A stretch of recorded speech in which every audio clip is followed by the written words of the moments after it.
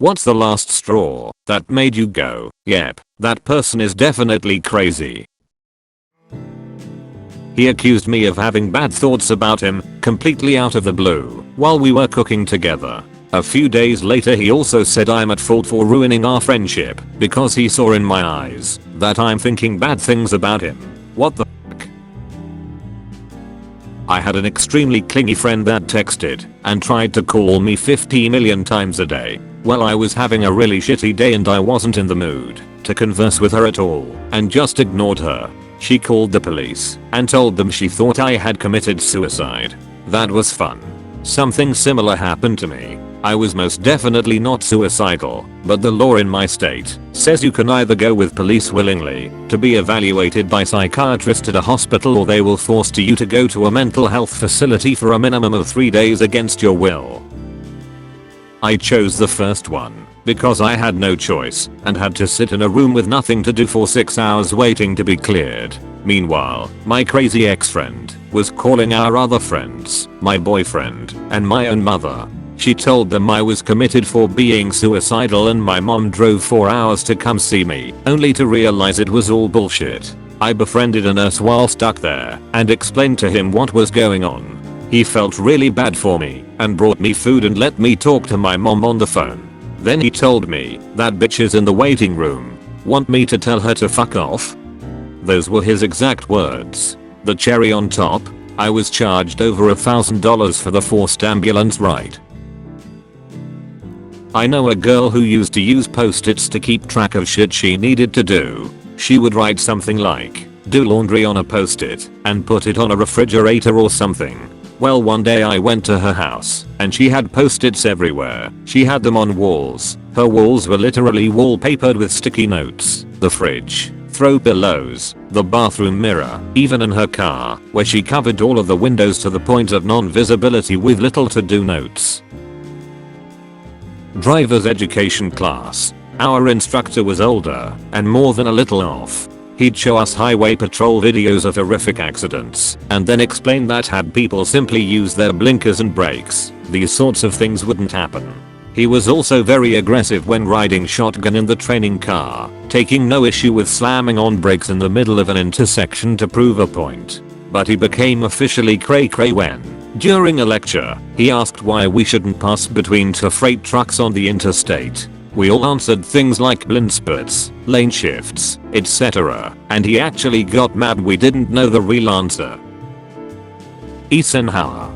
He designed the whole interstate system so that parts of it could be used as runways during times of war. Do you think you could see a plane landing on the highway if you were between two semi-trucks? No, you couldn't. You'd just get crushed by the landing gear of the plane.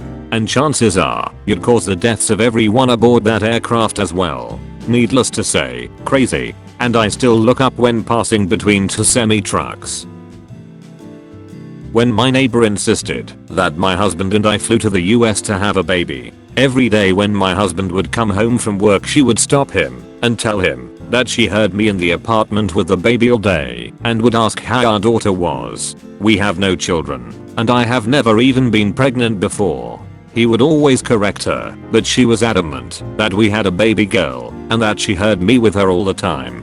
I already tried to stay away from this neighbor as much as possible, but now it was an avoid at all costs thing.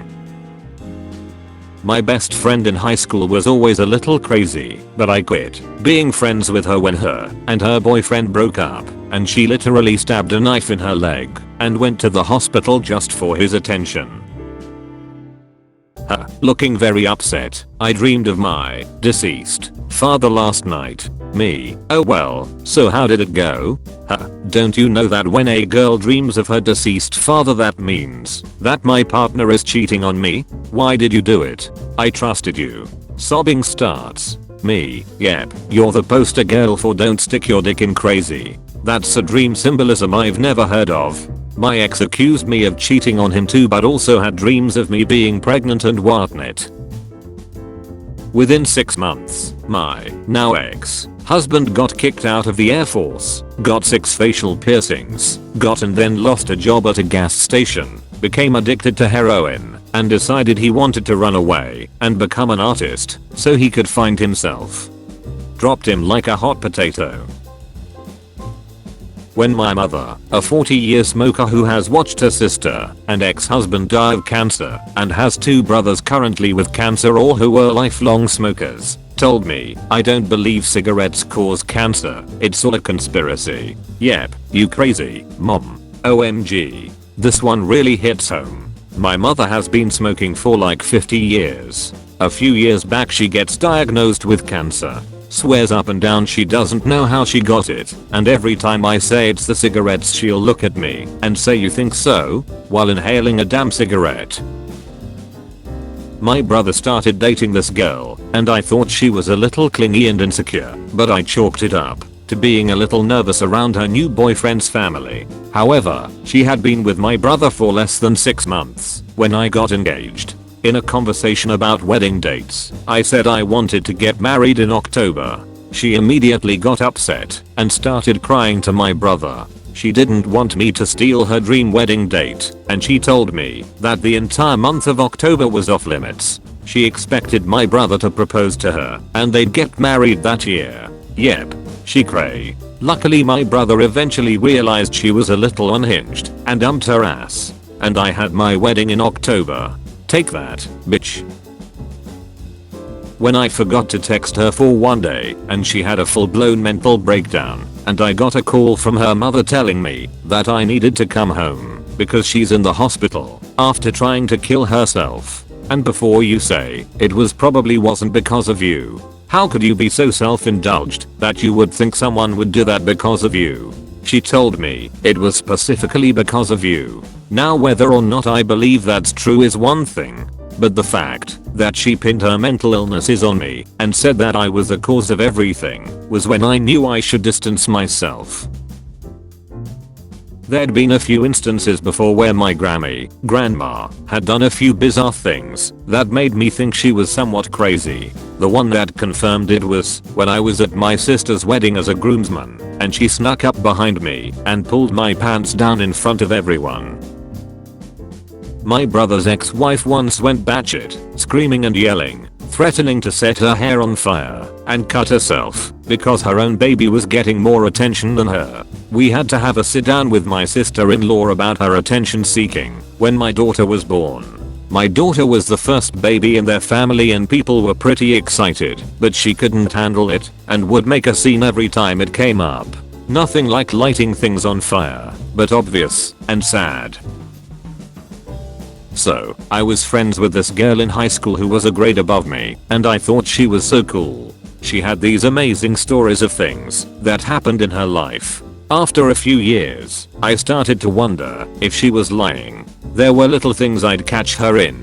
I started to think she might be a compulsive law, and then one day I knew when we had a conversation in the mall parking lot. We parked, got out, and began walking to the building. Here's the conversation that followed. Me, "I like your outfit. Where'd you get those shoes?" "They're my roommates. We had a party at our house and someone stole all my shoes." Me, "Oh, that's terrible, I'm sorry." Haha, "Yeah. Where'd you get your outfit?" Me, "Blah blah blah hookers. I love that store. I got my shirt at, who cares? And these shoes are my roommates. We took all my shoes to a bar when we were out drinking and gave them away." Me, "Okay." Then we keep walking, and as we get to the door, "Let's go into Wet Seal first. That's where I bought these boots." This whole conversation happened as we walked to the mall and her story changed 3 fucking times. And she definitely was not fucking with me. Sort of friends with this girl I worked with. She loved that people confused us and would try to copy or one-up me all the time. We started our jobs in the same department on the same day, so we trained together. I was engaged and the wedding was within a month of our start date. She eventually convinced her mentally crazy boyfriend. I met him. He definitely had major issues due to his twin dying in a car crash, to get married, just so she could talk about the planning and the stuff people asked me about. After I left that position to a better one, she quickly got pregnant, gave birth, then had a divorce. She just wanted to be the one in the office that everyone talked about. She definitely was when she was fired for incompetence.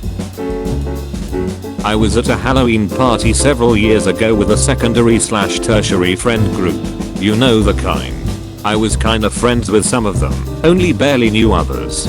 But it was a costume party and I didn't have anywhere else to be, so I went. There was a guy who was near to the center of said group that was always a little fucky. Everyone called him prison his name, because he had been to prison. I had run into him a few years before, when I was maybe 14, and he offered me $20 to show him my tits. He was at least 20 at that time. Real class act.